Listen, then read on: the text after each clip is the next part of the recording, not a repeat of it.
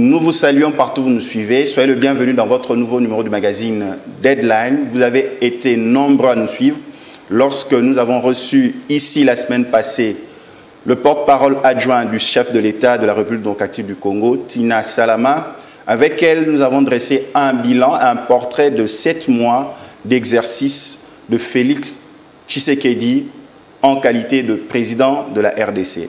Elle nous a montré les avancées majeures de son mandat. Elle nous a montré comment le président est désireux d'un Congo émergent, d'un pays où les Congolais tous jouissent de ses ressources, jouissent de la liberté, de la démocratie et d'une nation forte. C'est vrai que c'était un soubassement de l'opérationnalisation. Ce soir, partout où vous nous suivez dans le monde, nous recevons pour vous le professeur Dr Saman, aujourd'hui qui se donne comme objectif de former des managers en 3e cycle de management. Professeur Saman, nous vous saluons. Je vous salue. Professeur Saman, aujourd'hui à Kinshasa en RDC, le Congolais est tourné vers le 3e cycle en management. Qu'est-ce que cela représente? 3e cycle en management, 3e cycle en général, qu'est-ce que ça représente? Il faut faire un recul, vous poser la question de savoir qu'est-ce que les diplômes d'État représentaient autrefois. Quand on disait un enfant a reçu son diplôme d'État. Tout à fait. C'était la joie. Ça signifiait il était au top. Mais actuellement, quand on dit quelqu'un a échoué au diplôme d'État, c'est les pleurs, on va brûler les écoles, on va crier sur les ministres, soi-disant que le ministre n'est pas bon, et les inspecteurs, les correcteurs, s'arrangent même de pouvoir arrondir. Quelqu'un qui a eu 40, on dit, bon, on va arrondir pour pouvoir augmenter le pourcentage d'examen d'État. Et tout ça par la fausse. Fausse pourquoi? Parce qu'on a peur. Peur de quoi? Des enfants. Pourquoi?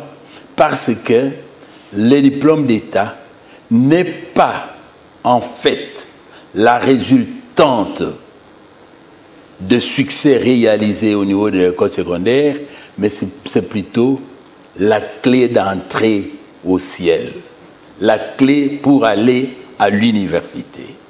C'est dire que tout le monde aspire à aller à l'université. C'est dire que, en fait, parce qu'on est diplômé d'État, on suppose devoir aller à l'université. À tort ou à raison, je dirais que c'est un mauvais pas en ce qui concerne l'organisation de notre enseignement. Après les diplômes d'État, on parlait des gratuits. À l'indépendance, nous avions des écoles normales. Mais quand est arrivée la période, je voulais dire, avant l'indépendance, c'était la tropicalisation. Oui, oui. Quand un universitaire, médecin, agronome soit-il belge, pour venir au Congo, il fallait le faire passer par l'école d'Anvers pour le tropicaliser. Lui dire comment on dirige un noir, comment un noir se comporte, comment il faut juger. Le blanc, c'est le concepteur, le noir, c'est l'exécutant. Lui, il fallait tropicaliser. Qui doit recevoir, il fallait tropicaliser, les préparer. Immédiatement après l'indépendance, ils sont partis. On a senti un vide. On a transformé les écoles normales en ISP. On a créé des ISDER d'art. On a créé des systèmes d'art. Pourquoi? Parce qu'on avait besoin d'universitaires. Mais quel universitaire? Des gradués. Mais très vite, c'est la conséquence. Quand on est gradué, il faut la suite. Parce que les gradués ne peuvent pas enseigner les gradués. Il fallait aller au niveau de la licence. De la licence, oui. C'est dire que les gradués, à ce moment-là, c'était des gens qui ont terminé l'ISP, c'était des professeurs, attention, surtout des prêtres, séminaristes, qui étaient en fait des universitaires, mais on ne voulait pas les appeler universitaires, on les appelait grands séminaristes. On estime que ce n'est pas ça. Maintenant, il faut aller en licence. Même tous les prêtres, tous les abbés qui étaient ordonnés, ainsi de suite, devaient revenir à l'UCC pour faire la licence. Pour que ça soit parce que la matière est abondante. J'avance. Oui, oui. Maintenant, c'est la licence, c'est dit.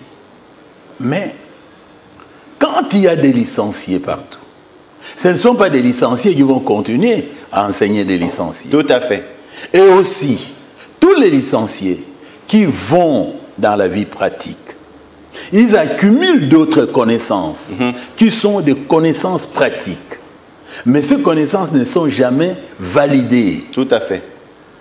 D'où la nécessité d'un troisième cycle pour former des formateurs dans chaque domaine et dans chaque secteur, pour pouvoir valider ce qu'on appelle les acquis de l'expérience.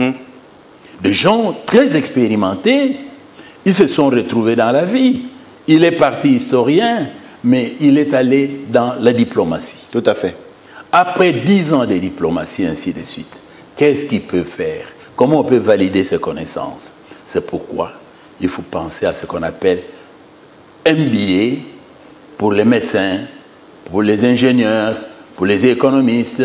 Maintenant, il faut un MBA, Master of Business Administration, MPA, Master of Public Administration, et puis le management qui est transversal, coiffe tout, car n'importe qui, quel que soit son domaine, il doit transiter par le management pour viser l'efficacité et la performance. Tout à fait. Très chers téléspectateurs, partout où vous nous suivez, indépendamment de l'heure, nous recevons pour vous le professeur docteur Saman Orlut Oscar. Avec lui, c'est une nouvelle approche par rapport au management à imprimer au nouveau gouvernement de la République démocratique du Congo sous l'ère du Premier ministre Sylvestre Ilunga Ilukamba. Comme vous le savez, il y a 66 ministres.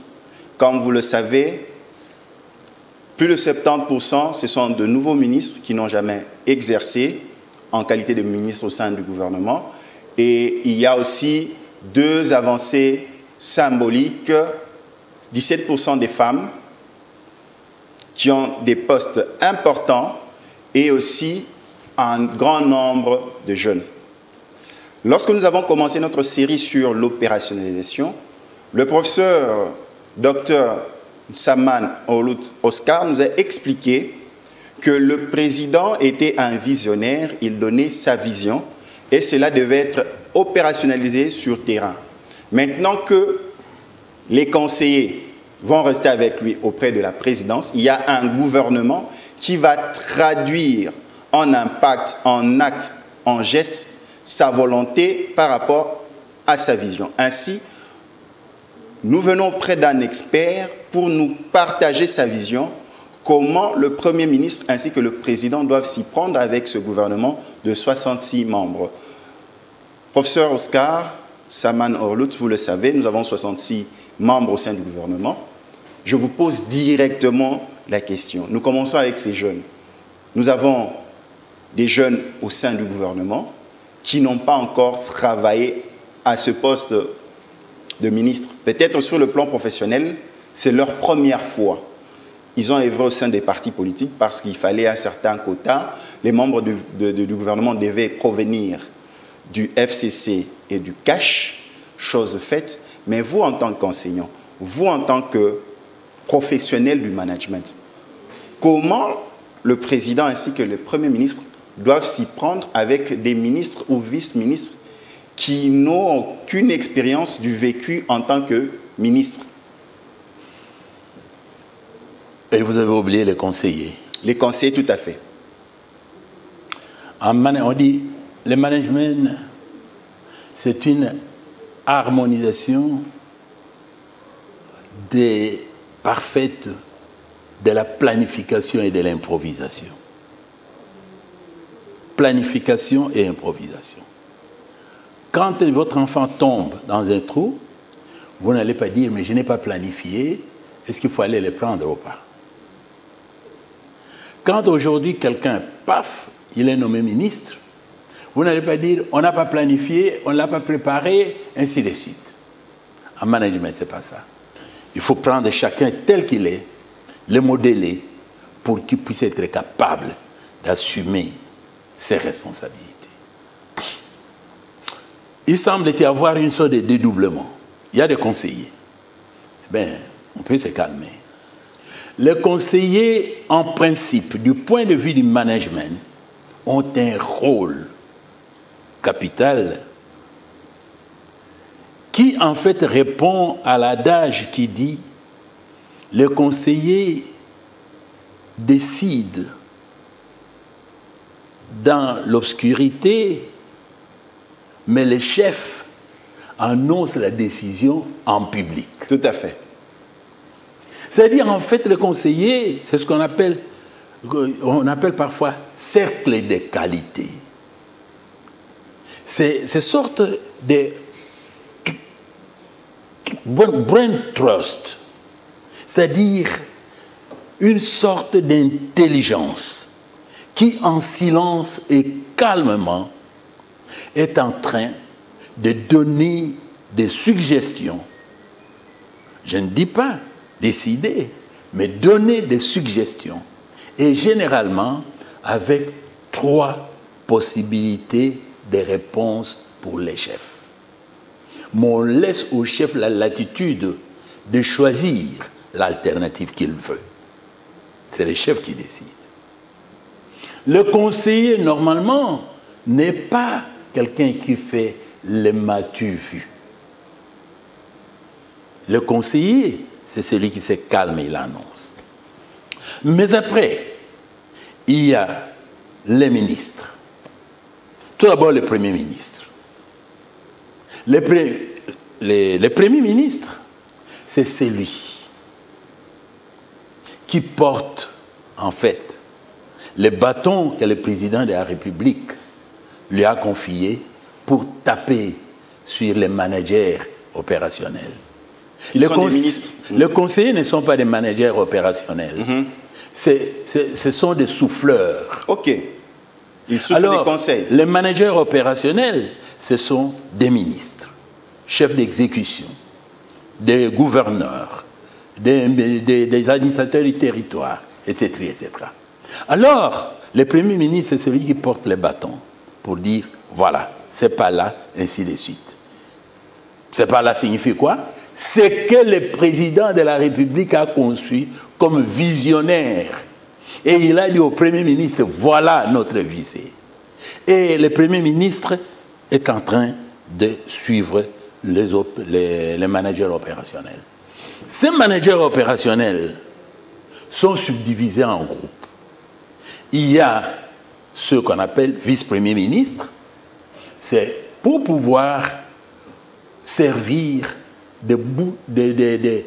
en fait, j'ai dit, j'aurais pu dire bouche-trou, mais il y a un correctif.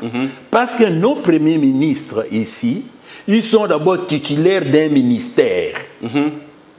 Vice-premier ministre chargé du plan. Voilà. C'est-à-dire, on lui a donné une tâche précise avant de pouvoir jouer le rôle de remplacement du Premier ministre en cas d'absence. Okay. Donc chacun est occupé, que le Premier ministre soit là, qu'il soit absent, eh bien, il n'y a pas de vide, chacun est occupé quelque part. Plus bas, on vient parler des ministres d'État. Tout à fait. Les ministres d'État, ce sont des coordonnateurs satellitaires. C'est-à-dire, chacun est ministre d'État. En principe, il doit superviser un secteur quelque part. Peut-être un groupe de 2-3 ministres, et ainsi de suite. Ça dépend de l'organisation. Tout simplement au niveau de la coordination pour éviter ce qu'on appelle diversification. Alors on descend aux ministres. Les ministres eux-mêmes, ce sont des chefs de département, des chefs d'équipe. Ceux qui doivent être responsables à leur niveau. Tout à fait. Les ministres d'État, il est d'abord ministre responsable pour son ministère, mais il est ministre d'État dans le sens qu'il a une certaine supervision, dont il a un droit de regard. Les vice-ministres, une fois de plus, normalement, ils devaient être ce qu'on appelle l'ombre du titulaire. Mais tel qu'est organisé dans les systèmes de coalition, les vice-ministres sont responsabilisés aussi. Tout à fait. Donc, ils ont des tâches précises. Ça signifie n'attendre pas seulement que les ministres puissent dire « je suis absent, faites ceci ». Non, quand les ministres là, ils agissent. Tenant compte de ces éléments, nous allons dire que le gouvernement est suffisamment bien structuré du point de vue de l'administration. Si on poursuit l'objectif que je croyais être l'objectif, c'est-à-dire la paix, l'amélioration des climats d'affaires, manque de combat interne pour pouvoir attirer les investisseurs.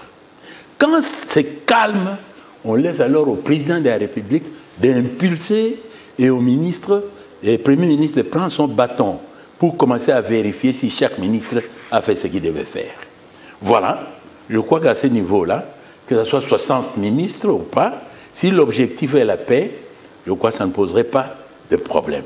Professeur, avant de passer à notre seconde étape, nous continuons toujours avec les jeunes.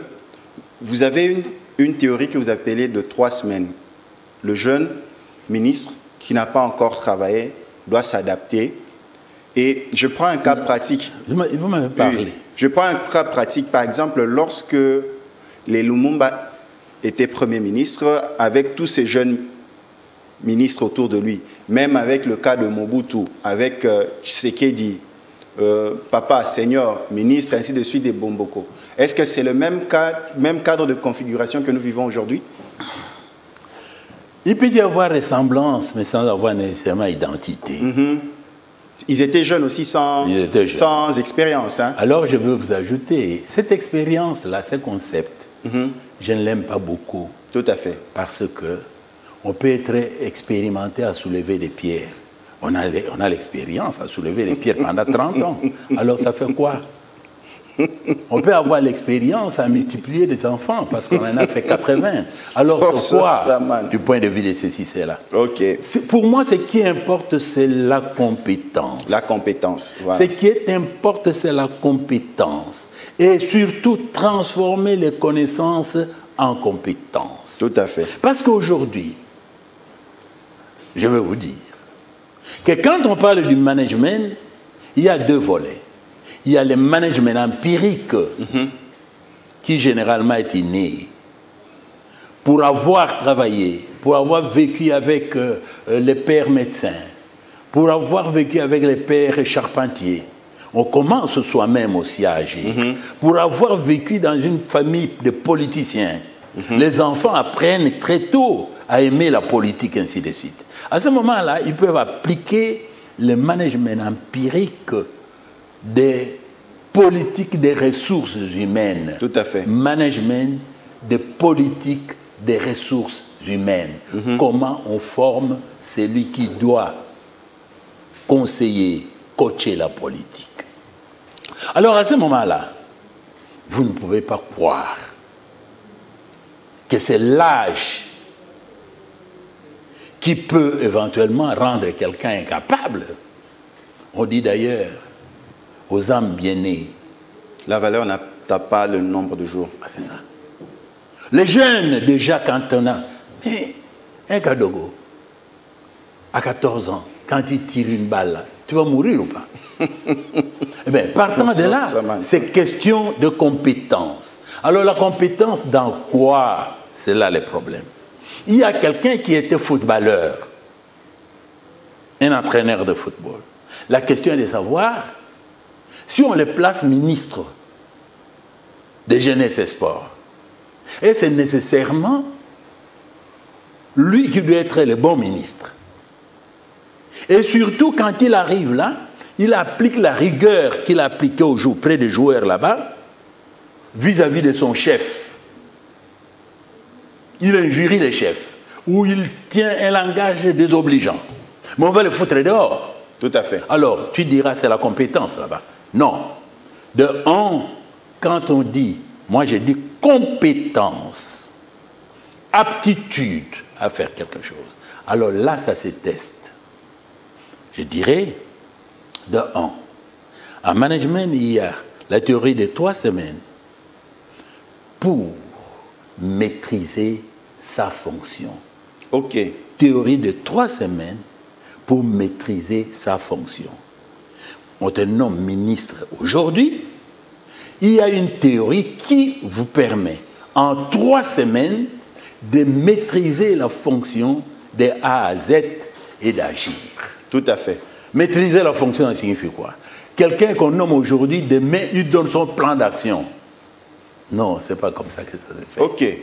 Parce que la théorie des 3 semaines pour maîtriser sa fonction correspond à l'équation managériale que j'ai toujours défendue. Concevons ensemble, exécutons ensemble, évaluons ensemble et partageons ensemble. Tout à fait. Ça signifie, vous êtes nommé aujourd'hui ministre des Transports. Vous n'avez jamais été même un simple chauffeur. Mais ma foi, ce n'est pas un crime.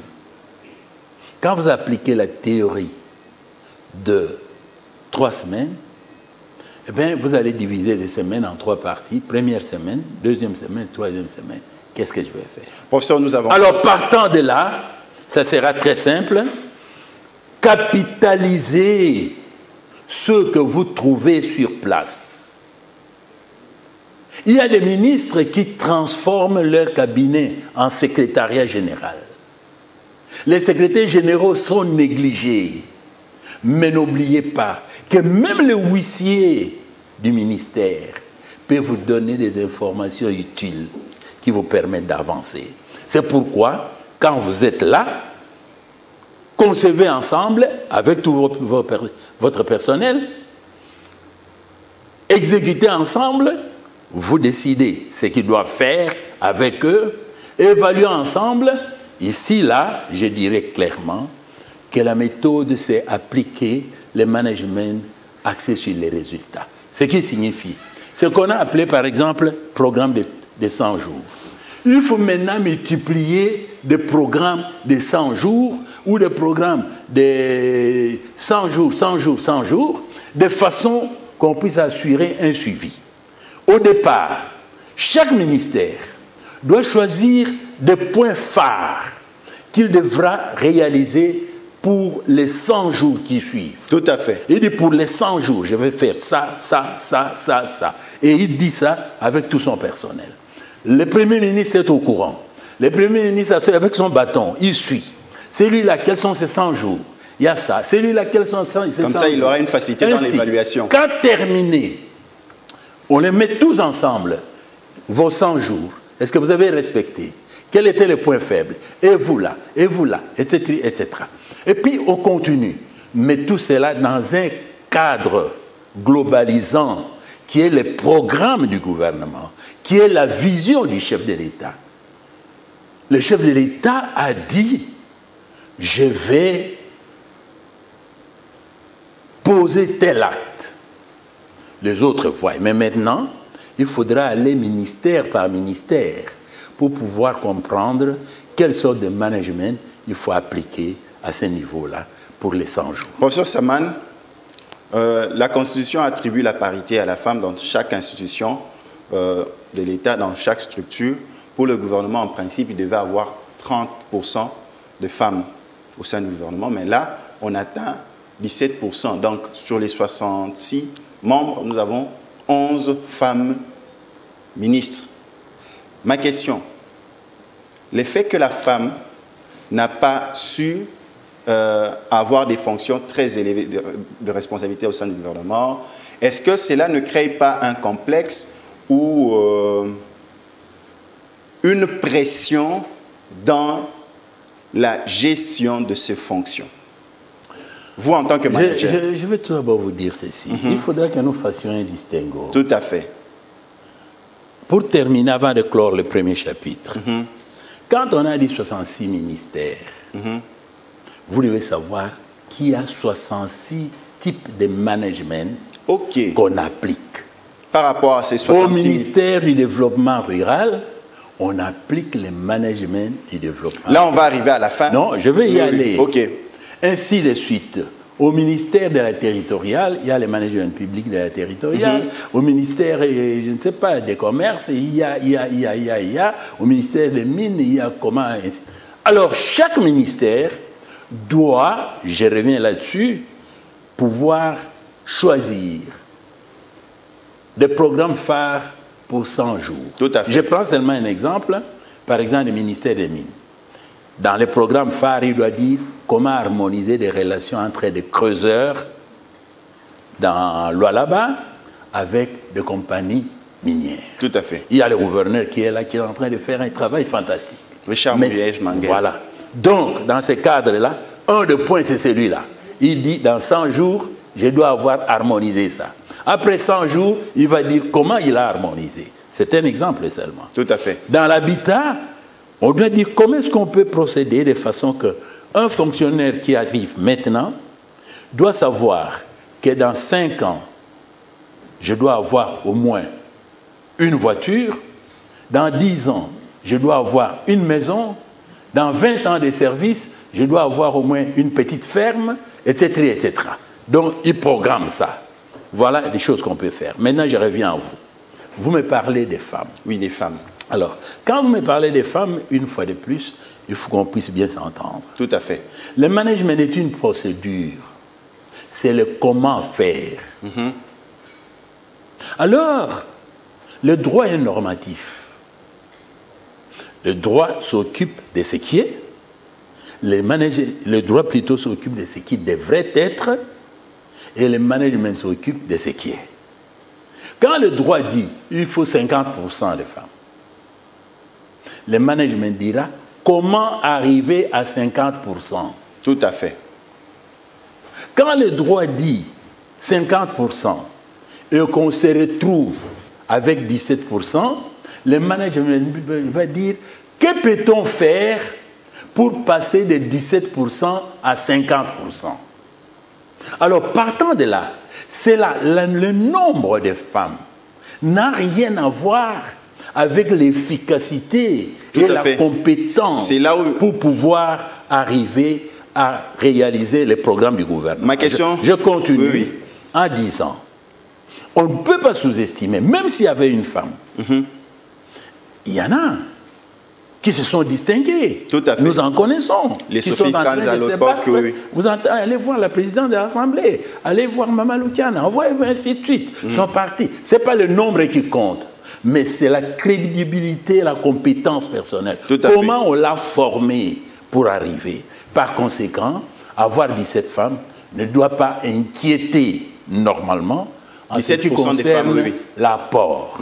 Mais ça peut éventuellement stresser un peu les mamans parce qu'ils espéraient avoir un plus grand nombre, peut-être pour mieux peser dans la décision, mais ils ont eu moins. Quelle que soit la situation, ce qui est vrai ici, ce n'est pas le féminisme ici chez nous. C'est plutôt une sorte de ce que Mme Angèle Onsina a appelé EZO. EZO, c'est-à-dire la théorie des parités à la congolaise. E comme éduqué, D comme domestiqué, Z comme zébré et O comme opérationnalisé. C'est-à-dire éduquer la femme, domestiquer la femme, zébrer les institutions, c'est-à-dire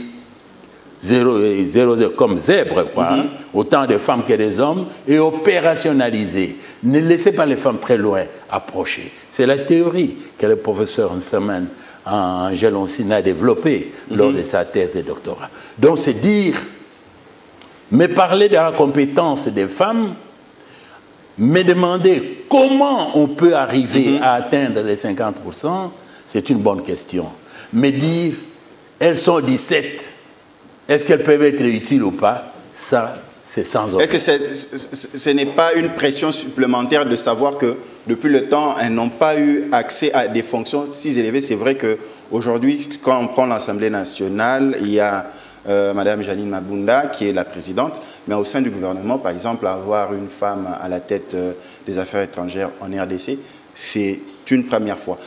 Le fait d'accéder à des postes pareils que vous n'avez pas accédé dans le temps, n'est-ce pas un niveau de pression dans l'opérationnalisation de son travail? C'est la question qu'on aimerait savoir, vous, en tant que professionnel. Est-ce que ça peut amener plus de pression pour dire « je voudrais démontrer que moi, la femme, je pouvais être là et mieux faire peut-être que l'homme » ?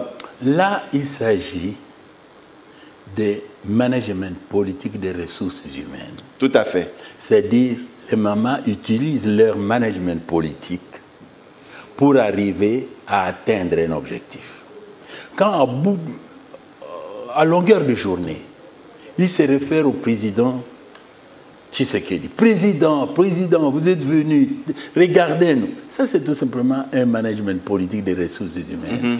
Ça n'a rien à voir avec est-ce que la femme est compétente ou pas. Vous m'avez compris. Tout à fait. Donc pour nous, nous croyons que ça... si vous partez dans les pays scandinaves, oh mon Dieu, c'est la femme qui décide. Même au Rwanda. C'est la femme qui décide. Même au Rwanda, pays voisin. Mais je vais vous dire ceci. Il y a quelqu'un, c'est une expérience vécue. Un groupe de gens, des Congolais, des assistants, qui étaient partis aux États-Unis, ils étaient à 20. Au retour, 13 avaient divorcé. Pourquoi? Pas tout simplement parce qu'il y a un problème d'interprétation. Quand notre Congolaise est ici, elle prépare pour son mari, elle fait tout ça. Mais quand on est arrivé aux États-Unis, avec le féminisme, la femme dit, on va se partager les jours de babysitter. C'est-à-dire, toi tu gardes les enfants aujourd'hui, moi je garde les enfants demain, ainsi de suite. La femme est assise, elle demande au mari, prépare-moi une tasse de café. Ainsi de suite. Ça y est, crash. C'est dire qu'il y a un problème de contextualité dans ces affaires. Il faut éviter les copier-coller. Okay. Ce qui est important, c'est que nos femmes, si, je suppose qu'elles le savent, mais comme on dit, la prise de conscience, c'est un début de solution. Tout à fait. Quelque chose d'heureux chez nous, c'est la théorie de parité qui était développée par Madame Angèle Onsine, que je reviens. Ça s'appelle Ezo. Ezo, ça signifie quoi? Ezo, ça signifie Libuka, à Kibunda. Alors, elle s'est posé la question de savoir, entre Libuka et Nzete à Libuka, Nana Leki Makasi. Si vous avez les Libuka, vous avez mis des maniocs dedans, vous n'avez pas de Nzete, est-ce que vous aurez du foufou? Impossible. Si vous avez seulement des Nzete, et qu'il n'y a pas de Libuka. Il n'y a pas de mortier. Voilà, il n'y a pas de mortier. C'est pourquoi il y a cette complémentarité entre hommes et femmes. Par conséquent, on doit marcher ensemble pour que les deux puissent contribuer. Il est certain que les mamans se caractérisent par ce qu'on appelle Maman Zanzete Ya Malili. Eh bien, toujours est-il que l'homme aussi se caractérise par son caractère d'agressivité. Il faut.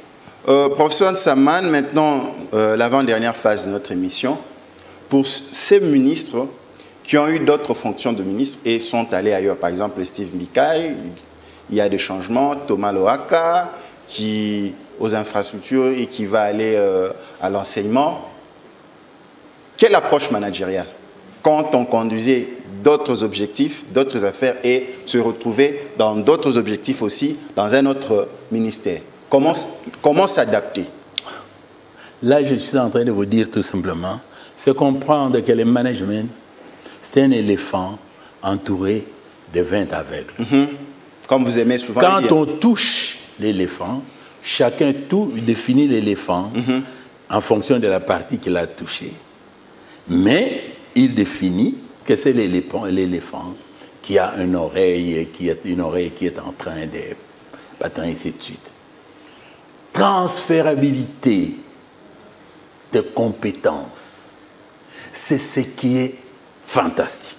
Tout à fait. C'est-à-dire ceux-là ont l'avantage de jouer sur 3 critères. 1, créativité. 2, innovation. Et 3, amélioration. Il a été dans tel ministère. Dès qu'on l'envoie dans l'autre ministère, il prend son expérience de ce ministère pour introduire dans l'autre ministère ce qu'à ce moment, il crée quelque chose de nouveau pour améliorer. Parce que la créativité commence là où aboutit l'échec. Par conséquent, ce sont des gens à féliciter. Par conséquent, un homme comme Thomas Louaka, vous n'avez pas à devoir discuter de sa capacité d'adaptabilité. Parce que c'est une sorte de flexibilité, c'est une intelligence qui est déjà non seulement au niveau du savoir, mais au niveau de la compétence, transférabilité des compétences. C'est pourquoi la même chose comme Mbika et tous les autres qui sont restés, je les félicite en passant, je vous assure que c'est une bonne chose. Mais toujours est-il qu'il y a d'autres critères qui ont joué. On ne puisse pas prendre tous les anciens pour les mettre là-bas. Tout à fait. Parce qu'on dit aussi que le pouvoir use. Tout à fait. Le fait d'avoir été ministre et tout ça pendant des années, ainsi de suite, eh bien, on s'est fait conservateur et on a gardé des acquis de conservatisme qui sont difficiles à devoir détacher. Et aussi, comme on doit être jugé de l'extérieur, des partenaires qui ont eu des antécédents avec ceux qui ont précédé. Si vous voulez quand même une certaine innovation, il faut innover la structure. Mais je crois qu'à ce niveau, faire intervenir la jeunesse dans tout ça, j'ai dit jeunesse compétente. De toute façon, on n'est jamais trop vieux pour étudier. Tout à fait. C'est pourquoi je dirais, profitez de l'occasion pour améliorer la formation sur l'État. J'ai toujours dit, et il faut bien comprendre, ce qui reste vrai, c'est que quand on parle de notre enseignement, on dit souvent, oh, ce jeune homme-là, il vient, toi, tu viens de terminer, où c'est? Ah, j'ai terminé à l'Ovanium, j'ai terminé ici. Ouh là là, niveau d'enseignement, c'est rien ça, ainsi de suite. Qui est en train d'émettre cet avis-là? C'est quelqu'un qui a terminé dans la même faculté. Mais il a terminé il y a 20 ans. Il est en train de juger un novice qui vient de terminer. Il oublie qu'en 20 ans, il y a des choses qu'il a apprises sur l'État qu'on n'apprend pas sur les bancs de l'école. Tout à fait. Par conséquent, il ne faut pas porter un même jugement par rapport à celui-là. Professeur, c'est pourquoi je dirais, on ne doit pas avoir peur de ça. Les jeunes doivent se jeter à l'eau, mais entre de bonnes mains. Ils doivent choisir un modèle. Ne pas avoir froid aux yeux pour réétudier. C'est pourquoi il y a le 3e cycle, pour tout cela. Bien sûr, avancer vers les MBA professionnels, parce qu'aux États-Unis, que vous soyez ingénieur, que vous soyez médecin, que vous faites les MBA. Ça, c'est les masters professionnels. On ne devient pas nécessairement professeur. Nous tendons déjà vers la fin. Il y a un autre cas qui est formidable. On a parlé de Thomas Louaka qui quitte les infrastructures à un ministère pour un autre, l'enseignement. Mais quand vous avez Julien Paluku, ancien gouverneur, qui devient aujourd'hui ministre de l'Industrie, ma question est celle-ci. Comment se passe l'adaptabilité? Vous étiez gouverneur et vous vous retrouvez aujourd'hui ministre. Sans compter que député aussi. Alors, je vais tout simplement vous dire, je n'aime pas beaucoup parler d'hommes. Non, parle pas d'hommes, ça ce sont des cas concrets pour des exemples. C'est quelqu'un que je connais bien. Tout à fait. Il se fait aussi citer un ministre, moi je vois, on a parlé des cobalt, j'ai pensé directement à Lualaba et au ministre, ainsi de suite. Vous me parlez maintenant de Paluku. Mais moi, je pense à tout ce qu'il y a à Butembo, je pense à tout ce qu'il y a. Est-ce que vous savez que les Nandés, dans le Nord Kivu, sont réputés comme étant les plus grands commerçants. Entrepreneurs. De notre pays, entrepreneurs. Tout à fait. Je vous dis, Lubero, c'est le territoire le plus peuplé de la République démocratique du Congo, suivi de mon territoire d'origine qui est Idiofa. Et dans le cadre de mes recherches, j'ai dû me déplacer pour aller jusqu'à Lubero, où on a rencontré, on s'est fait recevoir par qui? Par Monseigneur Catalico. Tout à fait. Et la première chose, comme Catalico a dit, professeur, créez-moi une université ici, comme vous l'avez créée à Lubumbashi. Et c'est de là qu'est née l'université de Grabin. C'est dire que, quand on a créé cette université, qui a construit? Tous les commerçants qui devaient venir de l'Ouganda laissaient $20 par conteneur destiné à la construction de l'université. Mais pour pouvoir transiter, laisser $20, il fallait le quitus de l'autorité politico-administrative qui doit avoir tout à fait compris le point de vue de l'autorité leader. Alors, celui-là qui laisse passer, vous voyez qu'il laisse passer la petite et moyenne entreprise, il l'oblige à devoir laisser $20.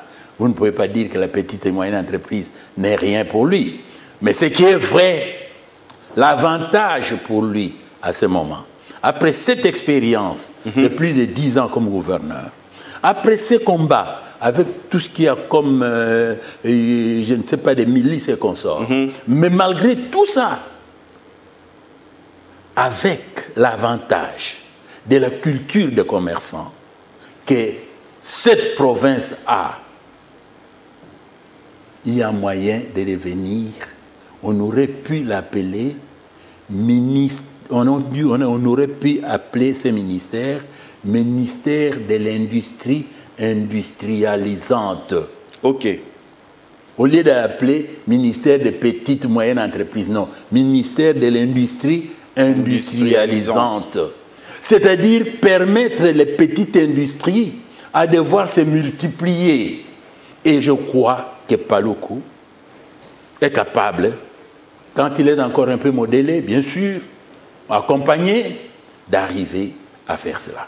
Et comme je disais, quand on a fait une étude au niveau de Kolwezi, je me suis dit, si on parlait seulement d'un milliardaire à former et quelqu'un pouvait éventuellement dire gage, où est-ce qu'il faut trouver ces milliardaires? On pouvait les trouver parmi les creuseurs. Creuseurs qui sont à Kolwezi maintenant. Il suffit de les organiser en coopérative. Ils sont habitués à chercher du coltan et tout ça, ainsi de suite, mais prendre du coltan seulement pour vendre aux autres. Mais quand on peut les apprendre à transformer, à se battre en amont et en aval, on aurait des milliardaires par là. C'est question de pouvoir nous y mettre et appliquer le management. Et je vais vous dire, suite à ça, on a déjà un projet de pouvoir créer une école de management minier là-bas. L'école de management minier dans cet environnement, comme on devrait créer des écoles de management portuaire, là où il y a des ports, de management touristique, là où il y a le tourisme, tout ce que vous pouvez éventuellement imaginer, je vous assure que les ministères qui existent, chacun doit savoir comment appliquer son management. Nous sommes d'accord, dans le cadre du 3e cycle, de prendre tous ceux qui sont compétents et qui répondent aux conditions dans les ministères pour les recycler parce que c'est plus flexible, ce sont des aînés, et au cas par cas et sur mesure, conformément, bien sûr, aux instructions et aux règlements. Il nous reste 5 minutes, mais vous, en tant que professeur, manager, vous avez une grande institution de formation en management. On va prendre un dernier cas pratique. Nous prenons José Sélé Yalagili, nouveau ministre des Finances, de la BCECO, directeur de cabinet au ministère des Finances sous Matata Ponyo, directeur de cabinet du Premier ministre, donc Matata Ponyo, et aujourd'hui, il est directeur DG de la DGI, directeur général de la DGI, et quelqu'un pareil qui est actuellement ministre des Finances. Vous, en tant qu'enseignant, en tant que manager, comment vous expliquez cette progression linéaire dans l'acquisition de compétences? Est-ce que cela est bénéfique, par exemple, pour son nouveau poste de ministre des Finances, par exemple? Le cas de Sélé. C'est tout simplement la combinaison de politico-technocratie. Combinaison d'un homme technocrate. Tout à fait. Et qui est aussi un homme politique. Je ne dis pas un politicien, mais je dis un politique. La combinaison de tout. Parce qu'en management, on parle de 3 rationalités. Rationalité technique, tout à fait, des ingénieurs, ainsi de suite. Rationalité, quand je dis ingénieur, c'est-à-dire c'est le positivisme. Tout à fait. Ça signifie ce qu'on appelle l'intelligence artificielle. Tout à fait. Garbage in, garbage out. Il y a rationalité politique, qui est une rationalité institutionnaliste. Tout à fait. Qui signifie, peu importe la voie par laquelle on passe, l'essentiel c'est d'atteindre l'objectif. C'est politique. Et puis il y a la rationalité mixte, qui est la combinaison des deux, qui fait qu'on prend un technicien pur, qui a une bonne dose de politique, on met ensemble, à telle enseigne que, même au niveau du Parlement, c'est une expérience. Quand on doit construire seulement un pont, on a 2 millions. On dit on va construire le pont où? Chacun va dire chez moi, chez moi, chez moi, chez moi. C'est une rationalité politique. Mais quand on va dire rationalité technique, non, non, non, non, non, nous construisons les ponts là où il y a le plus de trafic de véhicules, de marchandises, peu importe là où ça se trouve. Vous allez profiter pour l'appel à la formation au management. Pour ce qu'on appelle management, rationalité mixte, on dira, OK, cette fois on va construire chez toi. On dira, attention, c'est le cas du pont entre Brazzaville et Kinshasa. Kinshasa, oui, oui. La combinaison, on dit, très bien, parce qu'on parle de routes de soie. C'est une évidence, je ne sais pas là où nous nous trouvons. D'ailleurs, dans le management dont nous parlons ici, le ministère des Transports, on devait lui poser la question de savoir quelle est la place de la route de soie dans votre programme. Tout à fait. Il doit nous dire ça. Eh bien, passer un pont ici, et d'abord les ports en eau profonde, qu'est-ce qu'il faut? Voilà, c'est moi, il faut combiner les deux. Il est évident qu'on commence d'abord par eau en eau profonde, parce que si on commence par le pont ici, on va étouffer les autres. Voilà une décision qui est en train de se prendre en combinant les deux rationalités. Et c'est important. Professeur Saman, vous êtes professeur émérite, docteur en management. Aujourd'hui, les décideurs politiques, nous sommes en train de comprendre par votre propos que nous devons quitter de décideurs simples à décideurs managers. Donc, il faut cette dose de management. Quel est l'appel que vous faites à tous ces décideurs pour se tourner vers la formation en management? Mais c'est vrai, je n'ai pas honte à le dire, et je suis convaincu que moi-même je suis FCC. Je suis signataire de la charte des FCC. Tout à fait. Parce que je crois à l'autorité morale des FCC pour une raison. Lors du 50e anniversaire de notre pays, en présence de cette situation, comprenez, pas d'incidence diplomatique et consorts, tout à fait, mais j'ai fait la science, le président de la République sortant a fait une déclaration que je n'oublierai jamais. Il a dit, le développement de notre pays dépend de la vision politique, de la culture managériale, de la discipline et de la paix. Fermez les guillemets. C'est dire qu'il faut avoir une vision politique, et cette vision politique doit être entourée de managers opérationnels. Tout à fait. Les managers opérationnels, il y en a qui appliquent le management empirique, c'est inné. Mais il y a lieu de pouvoir rationaliser ça, rendre ça plus scientifique, de façon que les États-Unis, qui ont appliqué ça, ont pu reconnaître que l'avancement des États-Unis était au départ. Ça serait déjà votre conclusion, professeur, parce que nous sommes vraiment à la fin. Ce qu'on a appelé la petite et moyenne entreprise. La Chine, c'est self-reliance. Le Japon, c'est s'enfermer sur soi-même. On a appelé la guerre des Meiji. ainsi de suite. Et nous, quelle est notre philosophie? On parle de la souveraineté, on parle du nationalisme. Comment nous devons combiner ça pour pouvoir transformer l'homme qui est la préoccupation? Merci de nous avoir suivis. Nous avons reçu pour vous, dans ce magazine Deadline, le professeur émérite, docteur en management, Oscar Tsaman Olout. Avec lui, nous avons passé en revue tout ce que la population pense de ce nouveau gouvernement avec ses 66 membres.